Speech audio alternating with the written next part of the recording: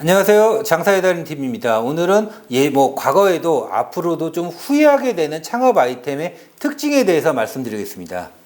자영업 경쟁이 굉장히 심하다 보니까 한순간 반짝 유행했다 없어지는 창업 아이템이 요즘 굉장히 많이 있습니다. 그렇다고 유행 아이템을 창업한다고 모두 실패하거나 돈을 못 버는 건 아닙니다.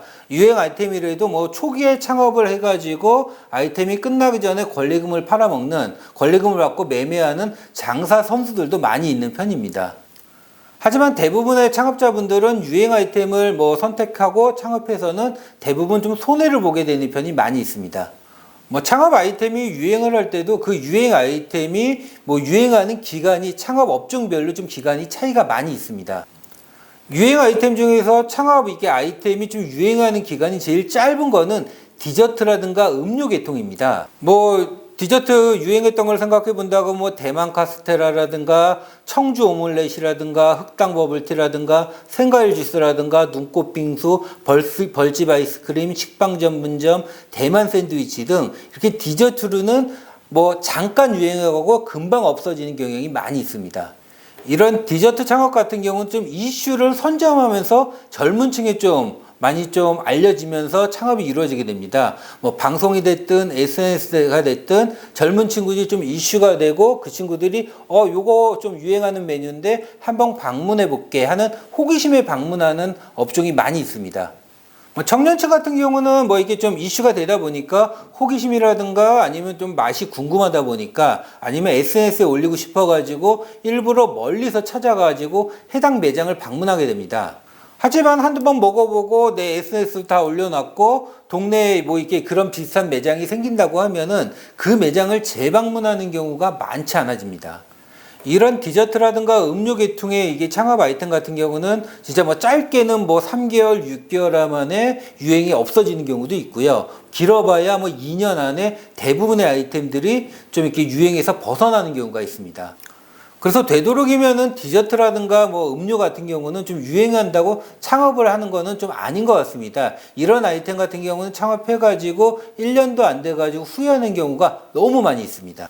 두 번째 주류계통 같은 경우는 술을 얼린다거나 술의 종류를 다양화하면서 유행 아이템이 많이 생겨나고 있습니다. 대표적으로 보실 수 있는 게 얼음 막걸리라든가 스몰비어라든가 세계 맥주 전문점이라든가 와인 전문점이라든가 이런 형태가 있습니다. 대신 주점 같은 경우는 이게 주류도 있지만은 안주류가 다양하게 구성되어 있다 보니까 앞에 말씀드린 디저트 음료로보다는 상대적으로 유행 기간이 좀 길게 나오고 있습니다. 일반적으로 아이템이 유행해 가지고 3, 4년 정도는 꾸준하게 유지되는 경우가 많이 있습니다. 주점은 유행에서도 유행 기간이 어느 정도 길다 보니까 초기에 창업해가지고 장사를 2, 3년 잘 해보시고 나중에 좀 매매를 한다거나 아니면 좀 업종 전환을 한다거나 이럴 수 있는 아이템이 되고 있습니다. 고깃집 같은 경우는 고기를 써는 방법이라든가 숙성을 한다거나 와인으로 염지를 한다거나 아니면 특수부위를 판매한다거나 하면서 창업 아이템이 좀 유행하는 경향이 있습니다. 대표적으로 생각해 보시면 칼집 삼겹이라든가 와인 숙성 삼겹이라든가 차돌박이라든가 돼지 껍데기집이라든가 갈매기살 전문점이라든가 이런 게 한때 굉장히 좀 유행했던 고깃집 유행 아이템으로 볼 수 있습니다. 고깃집 창업 아이템 같은 경우는 이렇게 특화된 메뉴가 있지만은 여타의 고기를 같이 판매합니다. 차돌박이 전문점이라고 해가지고 차돌박이만 판매하는 게 아니고 다른 특수 부위의 소고기를 판매한다거나 아니면 다른 고기를 같이 판매하다 보니까 좀 이게 창업 유행 주기는 그래도 한 3, 4년 정도 길게 유지가 되는 편입니다. 주류 전문점처럼 이렇게 3, 4년 정도 유지가 될 수 있는 아이템이다 보니까 이런 아이템도 초창기에 창업해가지고는 충분히 승산이 있는 아이템이 될 수 있습니다. 다음으로는 이게 무한리필 형태로 아이템을 만들어가지고 유행하는 창업 아이템이 있습니다. 하지만 이런 아이템 같은 경우는 좀 안 하시는 게 굉장히 효과적입니다. 예전부터 특히 고깃집에서 고기 뷔페 형태라든가 돼지갈비 무한리필이라든가 소고기 무한리필이라든가 삼겹살 무한리필이라든가 이런 형태로 유행 아이템이 많이 생겨나고 있었습니다. 이외에 이렇게 메뉴는 다르지만 연어 무한리필이라든가 육회 무한리필이라든가 사케 무한리필이라든가 이런 형태도 전부 무한리필 매장 형태로 보실 수 있습니다. 무한리필 같은 경우는 일반적으로 이게 한 번에 많은 손님을 받아야 되기 때문에 일반적으로 매장이 대부분 40평 이상 50평 대형 매장에 좀 창업을 하게 됩니다. 대형 평수로 창업하다 보니까 창업자분들은 창업 자금이 좀 한정돼 있다 보니까 1층에 좋은 자리에 40평 50평 창업은 좀 힘든 거고, 그래서 이게 아이템 자체가 2층이라든가 좀 어정쩡한 자리에 오픈하는 경우가 많이 있습니다.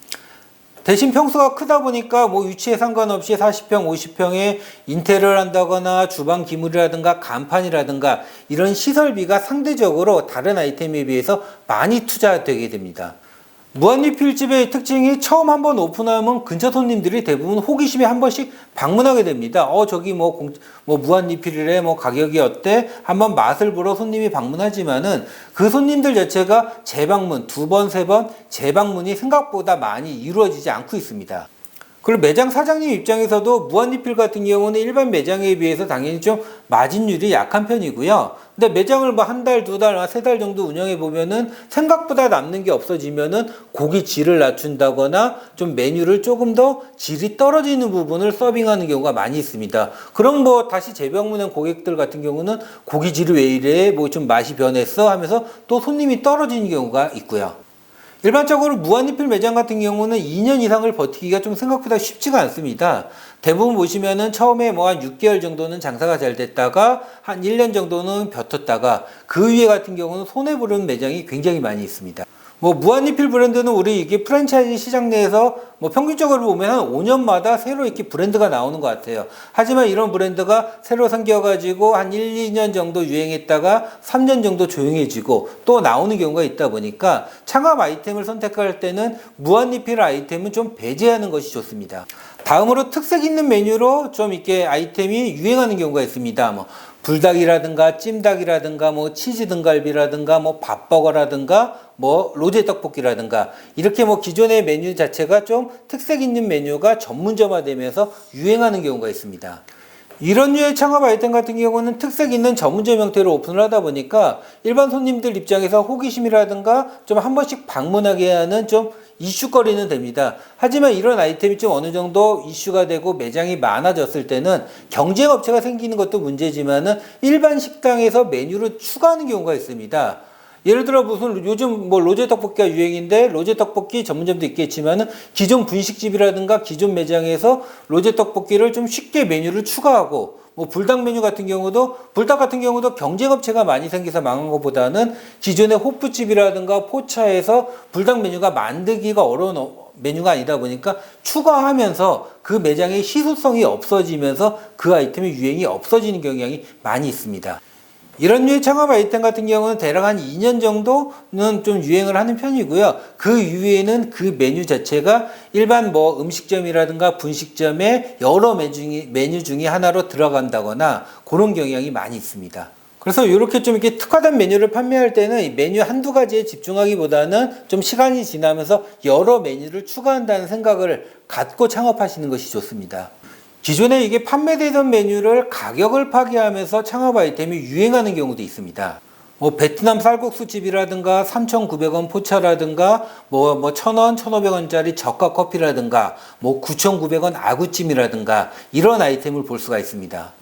덤을 주는 형태도 뭐 이렇게 좀 가격 파괴 형태로 볼 수가 있고요. 예전에 유행했던 뭐 소고기 4인분 먹으면 4인분 추가를 준다거나 뭐 요즘 유행하는 뭐 2마리 찜닭이라든가 뭐 2마리 치킨이라든가 이런 부분도 가격 파괴해가지고 아이템이 유행하는 형태로 볼 수 있습니다. 이런 가격 파괴형 유행 아이템 같은 경우는 그래도 한 3, 4년 이상 꾸준하게 운영이 되는 편이고요. 대신에 이게 창업주, 가맹점주 입장 아니면 개인 매장 입장에서는 실제로 운영하다 보면 좀 이렇게 마진이 덜하다 보니까 가격을 조금씩 올리는 경우가 있습니다. 가격이 올리면서 이 아이템이 뭐 좀 많이 죽는 경우가 많이 있습니다.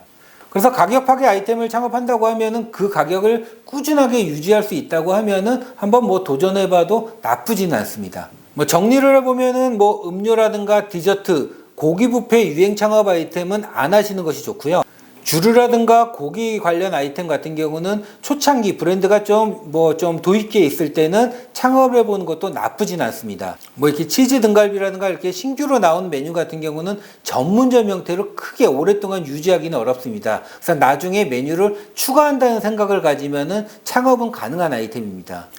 마지막으로 가격 파괴 아이템 같은 경우도 그 가격을 끝까지 유지할 자신이 있다고 하면 도전을 하면 되지만, 그렇지 않다고 하면은 안 하시는 것이 좀 유리할 수가 있습니다.